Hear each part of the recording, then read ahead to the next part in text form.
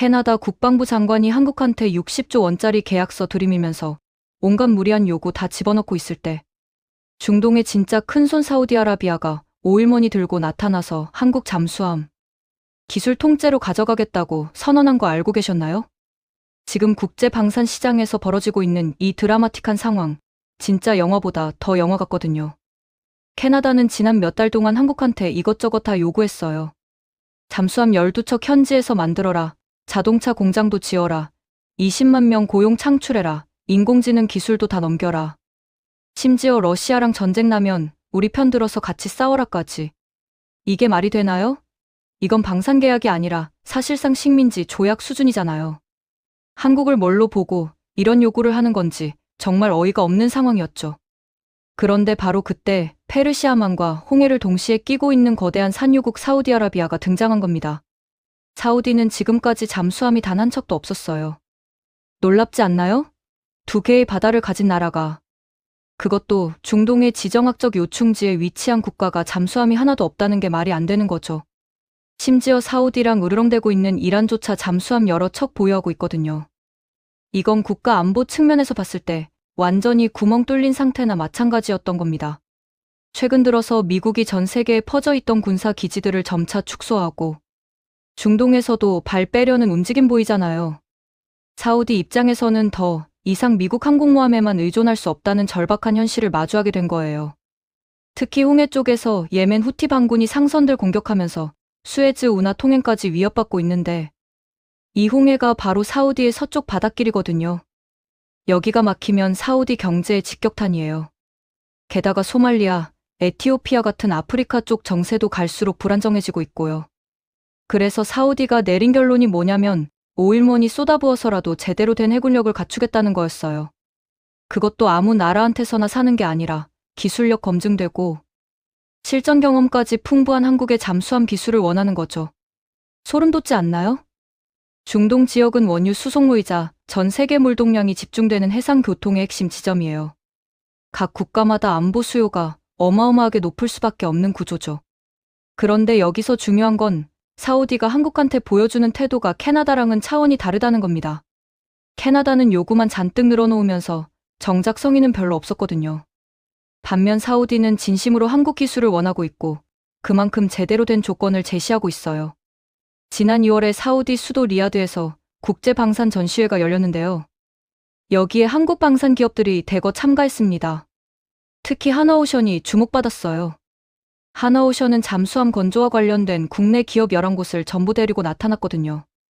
하나에어로스페이스, LI진엑스원, KT, 코오롱, 스페이스 같은 핵심 업체들이 전부 한 팀으로 뭉친 겁니다. 이게 얼마나 대단한 거냐면 잠수함이라는 게 단순히 철판 용접해서 만드는 게 아니거든요. 설계부터 전투 체계, 소나 시스템, 추진 시스템, 무장 체계까지 수백 개 기업의 기술이 집약되는 초정밀 종합 예술품이에요. 하나오션은 전시회 열리기 전부터 이미 사우디, 현지 업체들이랑 기술 협력 가능한 분야를 샅샅이 검토했어요. 생산시설도 직접 가서 확인하고 연구개발 시설도 전부 체크했죠. 이 정도면 정말 계약 따낼 준비를 완벽하게 해온 거잖아요. 하나오션 중동법인 최고 경영자는 언론 인터뷰에서 대놓고 자신감을 드러냈습니다. 현재 제안 요청서 단계 진입을 앞두고 있고 2년 안에 반드시 수주 성과내겠다고요. 여기서 한국이 내세우는 핵심 모델이 바로 장영실함입니다. 이름부터 멋있지 않나요? 조선시대 최고의 과학자 장영실의 이름을 딴 잠수함이에요. 장영실함은 우리 해군 최초의 3600톤급 잠수함으로 기존에 운용 중인 도산 안창원보다 전투 체계랑 소나 체계 성능이 훨씬 더 강화된 최신형 모델이거든요.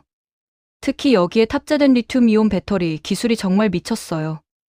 약 3주 동안 물 밖으로 안 나오고 계속 잠수 항해할 수 있다는 거예요. 3주요. 일반적인 디젤 잠수함들은 며칠마다 수면 위로 올라와서 충전해야 하는데 장영실함은 거의 한 달 가까이 물속에서 조용히 잠복할 수 있다는 겁니다. 2027년 말에 우리 해군한테 인도될 예정인데 하나오션이 장영실함 진수식 때 공개한 기념 영상에 뭐가 나왔냐면요. 수출 대상국으로 사우디아라비아, 모로코, 이집트가 명확하게 표시되어 있었어요. 이걸 본 아랍권 전문 매체들이 완전 난리가 났죠. 대대적으로 보도하면서 중동 현지 반응이 폭발적으로 뜨거워진 겁니다. 단순히 관심만 있는 게 아니에요. 실제로 사우디 해군 참모총장이 지난 5월 부산에서 열린 국제해양방위 산업 전시회 때 하나오션 부스를 직접 방문했거든요. 장보고 세배치 이 모형을 엄청 세밀하게 살펴보면서 수출 가능성을 직접 물어봤다고 해요. 해군 최고의 책임자가 직접 와서 구체적으로 질문한다는 건 그냥 구경하러 온 게 아니라는 거잖아요. 이건 실질적인 구매 의사가 확실하다는 강력한 신호예요. 사우디 측에서 한국 잠수함 기술에 얼마나 진심인지 보여주는 대목이죠. 여기서 끝이 아니에요. HD 현대중공업은 수출형 호위함인 HDF-6000을 들고 나왔습니다. 이게 그냥 평범한 호위함이 아니거든요. 한국형 차기 구축함, 그러니까 KDX-3 설계 기술을 기반으로 만든 모델인데요. 6000톤급이면서도 탄도 미사일을 요격할 수 있는 능력을 갖췄어요. 쉽게 말해서 미니 이지스함이라고 보면 됩니다. 한화 시스템이 개발한 사면, 고정형 다기능 레이더를 탑재하고 여기에 현재 한국이 개발 중인 장거리 지대공 미사일의 함대함 버전까지 통합하겠다는 제안을 사우디 측에 던진 거예요. 이게 왜 중요하냐면 사우디가 지금 예멘 후티 반군의 탄도 미사일 공격에 계속 시달리고 있거든요.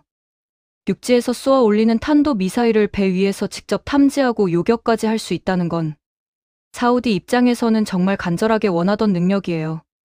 이탈리아나 독일 같은 경쟁 국가들이 쉽게 흉내낼 수 없는 부분이죠. 현대중공업 측에서도 대놓고 자신감 표출했어요. 이지스급 전투 체계 통합 역량은 국내에서 우리만 가진 독보적인 기술이라고요.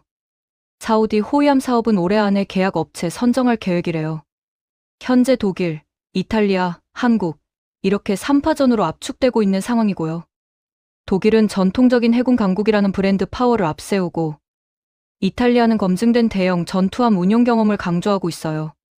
근데 기술적으로는 한국 모델이 가장 앞서 있다는 평가가 지배적이에요. 게다가 현지화 전략까지 완벽하게 준비했거든요. 사우디는 현재 현지 생산 비율 60% 이상을 요구하고 있어요. 이게 사실 엄청 까다로운 조건이거든요. 근데 우리 기업들은 사우디, 조선소를 통한 현지 건조 전략과 국내 방산, 기업 12곳과의 공동협력 체계를 통해서 사우디만의 독자적인 방산 공급망을 만들어주겠다는 청사진을 제시했어요. 설계부터 건조, 유지 보수, 업그레이드까지 전부 아우르는 통합 패키지 솔루션인 거죠. 사우디 입장에서는 이게 정말 매력적일 수밖에 없어요. 왜냐면 예전에 유럽 업체들이랑 거래하면서 약속 안 지켜진 경우가 한두 번이 아니었거든요. 납기 지연은 기본이고 기술 이전 약속해놓고 나중에 슬쩍 빼먹는 경우도 많았대요. 근데 한국은 이미 해외에서 현지 건조 성공적으로 해낸 실적이 있어요. 폴란드나 이집트 같은 나라들한테 무기 수출하면서 현지 생산 시설 구축해주고 기술 이전도 약속대로 다 해줬거든요. 이런 신뢰 자산이 지금 빛을 발하고 있는 겁니다. 반면에 캐나다 상황은 정말 대조적이에요. 캐나다는 최대 12척, 무려 60조 원 규모의 대규모 잠수함 사업을 추진하고 있는데 요구 조건이 너무 말도 안 되게 까다로워요. 현지 생산 인력도 거의 없는 상태에서 무조건 현지 건조를 고집하고 여기에 러시아와의 분쟁 발생 시 군사적 지원까지 요구하고 있어요. 이건 사실상 군사 동맹 맺자는 소리나 다름없잖아요. 한국은 중립적인 외교 노선 유지하고 있다는 거 뻔히 알면서도 이런 조건 내건 건 솔직히 말해서 계약 어렵게 만들거나 독일 압박하기 위한 지렛대로 한국 이용하려는 거 아니냐는 해석까지 나오고 있어요.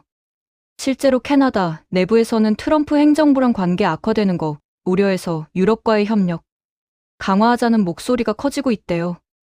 독일 잠수함을 다시 주목하는 분위기도 감지되고 있고요.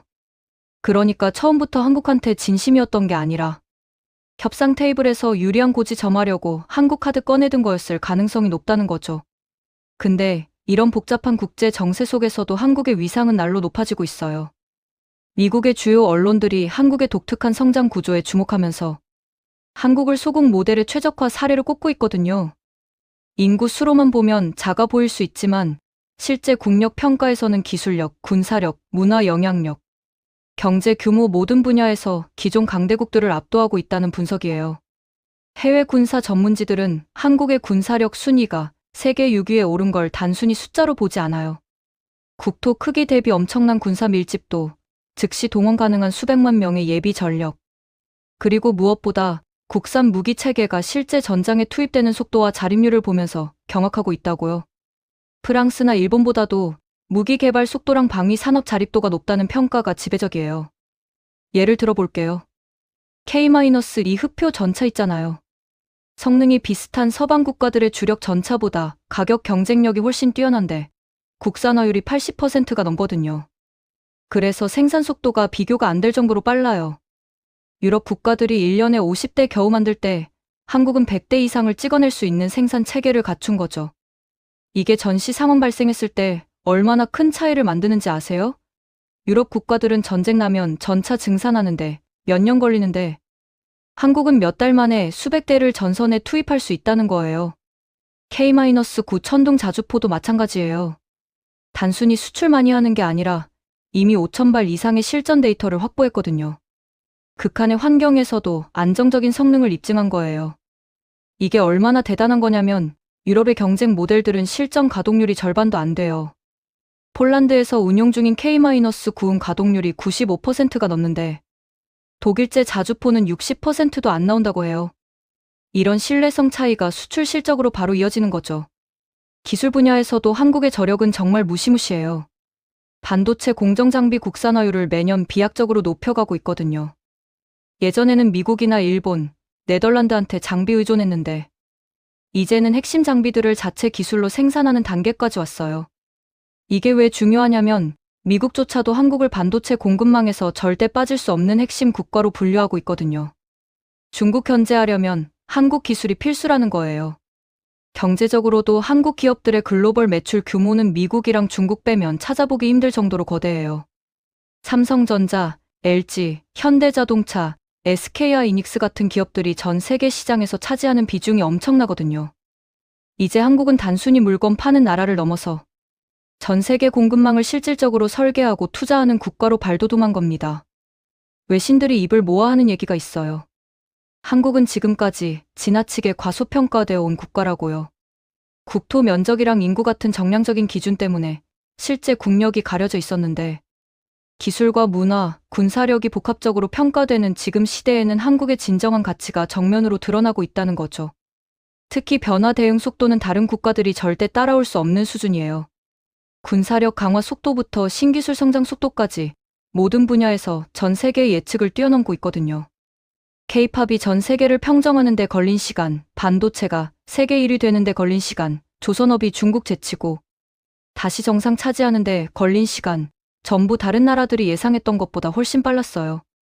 이제 한국은 단순히 현재 순위 유지하는 것에 만족하지 않고 세계 국력 5위권 진입을 목표로 달리고 있어요. 국방비 중에서 무기 개발 예산 비중이 세계 최고 수준이고요. 인공지능이나 양자 컴퓨팅, 우주산업 같은 미래 먹거리 투자에서도 프랑스나 일본보다 2배 가까이 빠른 속도로 자금 투입하고 있어요. 기술 혁신이 곧 국력이 되는 미래 사회에서 한국이 상위권 강대국으로서의 자리를 굳건히 지키고 오히려 더 높이 올라갈 가능성은 그 어느 때보다 높다고 볼 수 있죠. 지금 사우디가 한국 잠수함 기술에 진심인 이유도 바로 여기 있어요. 단순히 무기 하나 사는 게 아니라 한국이라는 기술 강국과의 장기적인 파트너십을 원하는 거거든요. 사우디는 지금 비전 2030이라는 국가 대전환 프로젝트를 추진하고 있어요. 석유 의존 경제에서 벗어나서 첨단 산업 중심 국가로 탈바꿈하겠다는 야심찬 계획이죠. 이 과정에서 한국의 기술력과 산업화 경험이 절실하게 필요한 거예요. 사우디 입장에서 보면 독일이나 이탈리아 같은 유럽 국가들은 기술은 좋을지 몰라도 현지화나 기술 이전에는 인색해요. 자기네 기술 빼앗길까봐 핵심 부분은 절대 안 넘겨주거든요. 근데 한국은 달라요. 폴란드한테 K-2 전차 수출하면서 현지 생산 라인 구축해주고 기술 이전도 약속대로 다 해줬잖아요. 호주한테 K-9 자주포 팔 때도 마찬가지였고요. 이런 신뢰가 쌓이니까 사우디도 한국을 믿고 장기적인 협력 관계를 맺으려는 거예요. 단순히 잠수함 몇 척 사는 걸 넘어서 사우디, 국내의 방산 산업 생태계 전체를 구축하고 싶어 하는 거죠. 한국 기업들이 사우디에 공장 짓고 현지 인력 교육시키고 유지 보수 체계 만들어주면 사우디는 중동 지역의 방산 허브로 도약할 수 있거든요. 여기서 진짜 소름 돋는 부분이 뭐냐면요. 사우디가 성공하면 중동 전체 시장이 열린다는 거예요. 아랍에미리트, 카타르, 쿠웨이트, 오만, 바레인 같은 주변 산유국들도 전부 비슷한 상황이거든요. 미국 의존도 줄이고 독자적인 방위 체계 구축하고 싶어 하는데 마땅한 파트너가 없었던 거예요. 사우디가 한국 무기 체계 도입해서 성공적으로 운용하는 모습 보여주면 도미노처럼 다른 나라들도 따라올 가능성이 엄청 높아요. 중동 시장 규모가 얼마나 되는지 아세요? 향후 10년간 예상되는 방산 수요만 해도 수백조 원 규모예요. 여기서 한국이 주도권 잡으면 우리 방산 산업은 정말 다른 차원으로 도약하는 거죠. 미국이나 러시아, 중국이 독점하던 시장에서 한국이 새로운 강자로 떠오르는 거예요. 캐나다가 지금 얼마나 속 터지겠어요. 한국한테 이것저것 요구만 잔뜩 늘어놓으면서 시간 끌고 있었는데 사우디가 나타나서 오일머니 들이밀면서 한국 기술 다 가져가겠다고 하니까요. 캐나다 국방부 관계자들 지금 긴급회의 소집해서 대책 마련하느라 난리 났을걸요? 근데 솔직히 캐나다 자업자득이에요. 한국을 진짜 파트너로 존중했으면 이런 상황 안 왔을 거거든요. 무리한 요구 늘어놓으면서 한국을 협상 카드 정도로만 생각한 게 문제였죠. 반면에 사우디는 처음부터 한국을 동등한 파트너로 대우하면서 진심 어린 제안을 했고요. 국제 정치에서 존중과 신뢰가 얼마나 중요한지 보여주는 사례예요. 아무리 큰 계약이라도 상대방을 무시하고 일방적인 요구만 하면 결국 관계가 깨지는 거죠. 사우디는 이 점을 정확히 이해하고 있었던 거고요. 지금 한국 방산업계는 완전 들썩이고 있어요. 사우디 계약만 따내도 엄청난 성과인데 여기서 중동 전체 시장까지 열리면 정말 대박이거든요. 하나오션이나 현대중공업 주가도 최근 몇 달 사이에 엄청 올랐어요. 투자자들도 이 기회를 놓칠 수 없다고 판단한 거죠. 여기서 또 하나 주목할 점이 있어요.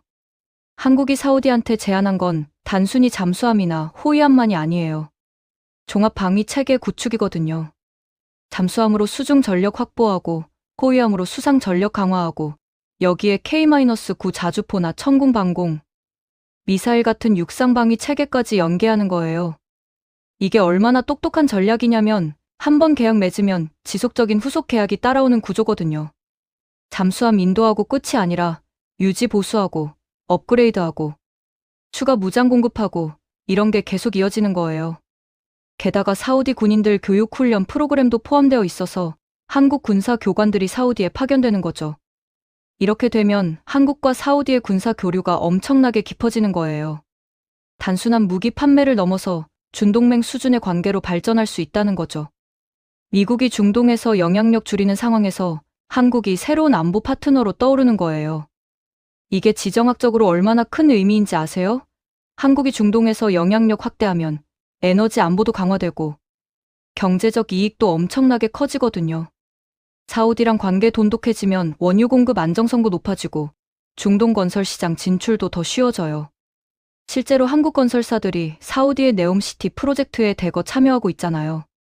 방산 협력이 건설 협력으로 이어지고 여기서 또 에너지 협력으로 확대되고 이런 식으로 시너지가 계속 만들어지는 거예요. 반면에 캐나다는 뭐가 있어요? 러시아랑 싸울 때 도와달라는 요구만 있지. 한국한테 줄 수 있는 게 별로 없어요. 경제적 이익도 제한적이고 지정학적 가치도 떨어지죠. 한국 입장에서 보면 사우디랑 협력하는 게 훨씬 더 실리적이에요. 지금 전 세계가 한국을 주목하는 이유가 바로 이거예요. 한국이 단순히 무기 잘 만드는 나라를 넘어서 국제 정치에서 영향력 있는 행위자로 부상하고 있다는 거죠. 미국, 중국, 러시아 같은 전통적인 강대국들 사이에서 한국이 독자적인 외교 노선을 개척하면서 새로운 파트너십을 만들어가고 있어요. 특히 중견국 외교에서 한국의 역할이 커지고 있어요. 호주, 캐나다, 사우디, 폴란드 같은 나라들이 전부 한국한테 러브콜 보내는 이유가 뭐겠어요. 한국이 기술력도 있고 신뢰도 있고 정치적으로도 중립적이라서 협력하기 편한 거죠. 미국이나 중국이랑 협력하면 정치적인 부담이 엄청 크거든요. 한쪽 편 들면 다른 쪽이랑 관계 나빠지고 이런 딜레마가 있는데 한국은 그런 부담이 없어요. 그래서 여러 나라들이 한국을 선호하는 거예요. 이제 한국은 정말 선택의 기로에 서 있어요. 캐나다의 까다로운 제안을 받아들일 것인가, 아니면 사우디의 진심 어린 제안을 택할 것인가? 답은 뻔하죠. 사우디예요. 경제적으로도 전략적으로도 미래 가치로 봐도 사우디가 훨씬 나아요. 캐나다 계약은 60조 원 규모지만 조건이 너무 까다롭고 실현 가능성도 불투명해요. 반면 사우디 계약은 규모는 좀 작을 수 있어도 확실하게 성사될 가능성이 높고 여기서 중동 전체 시장으로 확대될 잠재력이 엄청나거든요. 한국 정부도 이 점을 잘 알고 있을 거예요. 최근 윤석열 대통령이 사우디 왕세자랑 통화하면서 방산 협력 강화 의지를 밝혔잖아요. 이건 사우디 쪽으로 무게 중심을 옮기고 있다는 신호로 볼 수 있어요. 물론 캐나다를 완전히 무시하는 건 아니에요.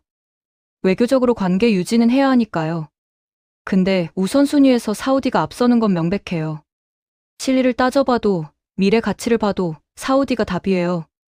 재밌게 보셨다면 구독과 좋아요, 알림 설정 부탁드립니다.